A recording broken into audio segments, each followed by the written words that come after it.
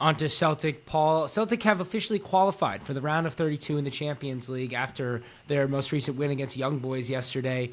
Will that mean more rumors, more transfer links are going to pick up? Are they going to go out and sign somebody in this last couple weeks of the window now that they are on that next stage?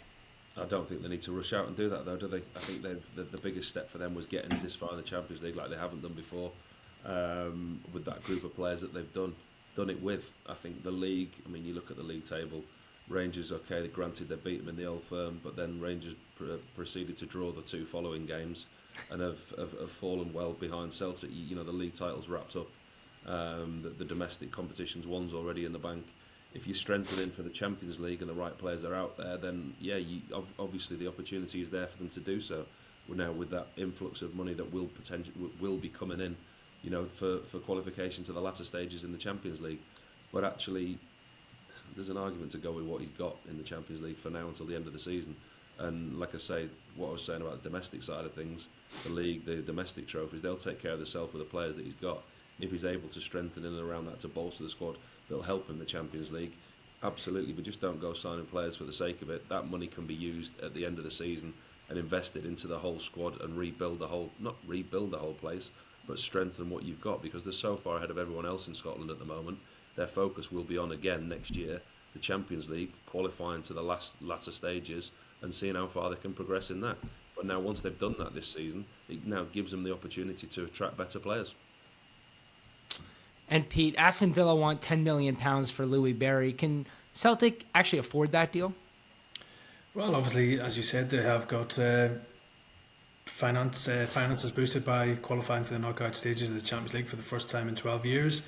I'm not sure they'd be willing to meet Aston Villa's asking price for Louis Barry, although he is a very talented young player. He's unproven at the highest level. He's done very well for Stockport in League One this season, but to make that move up to Scotland and potentially be playing Champions League football, whether he's up to that or not, would be a bit of a gamble in my opinion.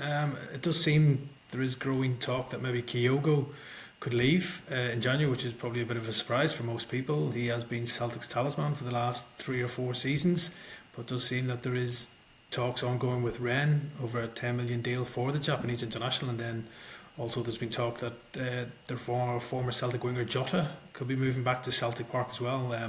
He's been out to Saudi Arabia and now playing in France with Rennes, but he's sort of fallen out of favour there under George Sampoli, and they could be willing to let him leave as well. So if Celtic could get Jota in to fill that left-sided midfield role that Brendan Rodgers is looking for, they could save themselves a bit of money. And then obviously if they were to sell Kyogo, it's going to take big money to replace him.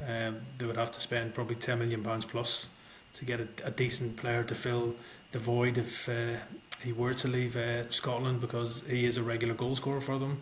There has been talk that they might revisit a move for the Brøndby and Denmark striker Matthias Kistgaarden, who has enjoyed a very good season so far for Brøndby as well. But again, he's probably going to cost you around £10 million as well. So yeah, if Celtic were to lose Kyogo, I would definitely expect him to go out and splash the cash and bring in a ready-made replacement.